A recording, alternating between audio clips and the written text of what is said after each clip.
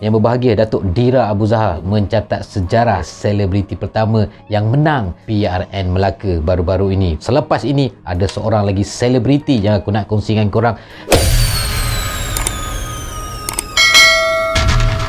Selebriti yang aku masukkan yang layak sebagai wakil rakyat dalam PRN ataupun PRU akan datang, iaitu Syahrul Azizi Azmi, yang lebih dikenal sebagai Syarul Shiro. Syarul ini dikenali sebagai pelawak, pelakon, pengacara dan juga mempunyai produksi sendiri. Cerita sikit pencapaian dalam industri seni ni, sebenarnya Syarul Shiro ni tak asing lagi lah. Dia mula mencipta nama dalam program reality iaitu Raja Lawak musim ke-6. Bila sebut Syarul Shiro ataupun kumpulan Shiro, sangat dikenali, diminati peminat-peminat pelbagai generasi. Kalau dilihat Syarul Shiro ni sebenarnya dia sangat dekat dengan penduduk-penduduk setempat, iaitu di kampung kelahiran dia iaitu di Keluang.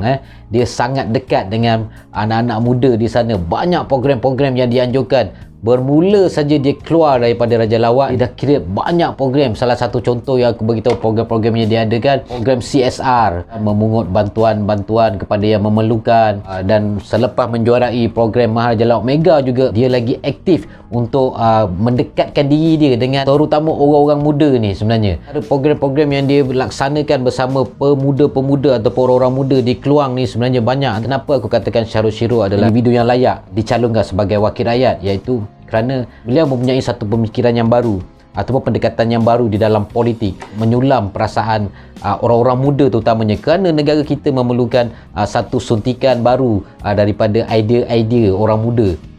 Dan juga ini yang Syarul Shiro lakukan, dan dia tidak memerlukan janji-janji. Apabila dia memikirkan sesuatu, dia akan terus buat. Dia tidak akan menggunakan perkataan akan dan juga saya berjanji.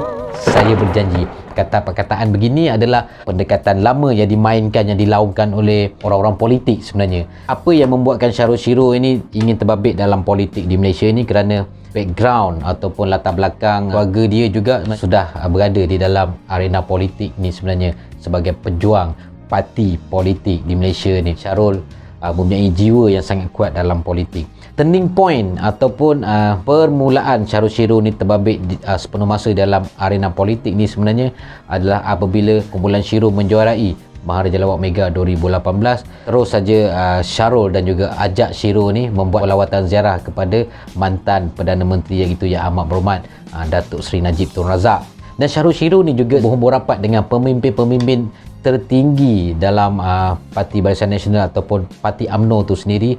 Dia menjalinkan hubungan yang baik di antara pemimpin-pemimpin yang lain. Sama juga dia menjaga hubungan yang baik dengan teman-teman, dengan kawan-kawan dan juga penduduk setempat. Syarul Shiro juga telah mewujudkan satu NGO iaitu Aku Budak Keluang, yang mana Aku Budak Keluang ini adalah satu badan NGO yang bergerak untuk menghantar dalam misi-misi bantuan di penduduk setempat. Dan sehingga hari ini Syarul Shiro sangat dikenali dalam apa juga minat orang muda, itu yang dia akan buat, itu yang dia akan dahulukan.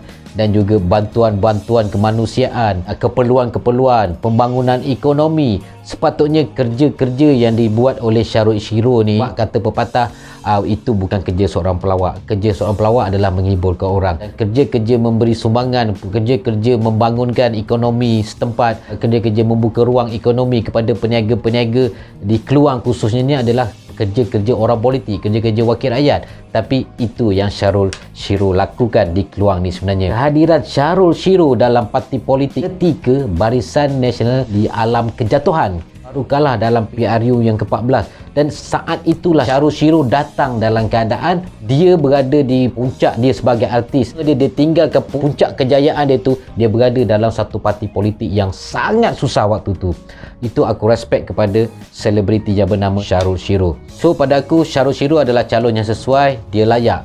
Walaupun dia baru dalam arena politik, tapi dia satu visi-misi yang jelas untuk mengubah landscape politik, untuk mengubah pemikiran orang berpolitik dan memberi satu suntikan nafas baru kepada orang-orang muda untuk terus berada dalam arena politik, sama-sama membangunkan negara, sama-sama membangunkan pemimpin-pemimpin generasi baru yang akan datang untuk memimpin negara kita terutama di Malaysia. InsyaAllah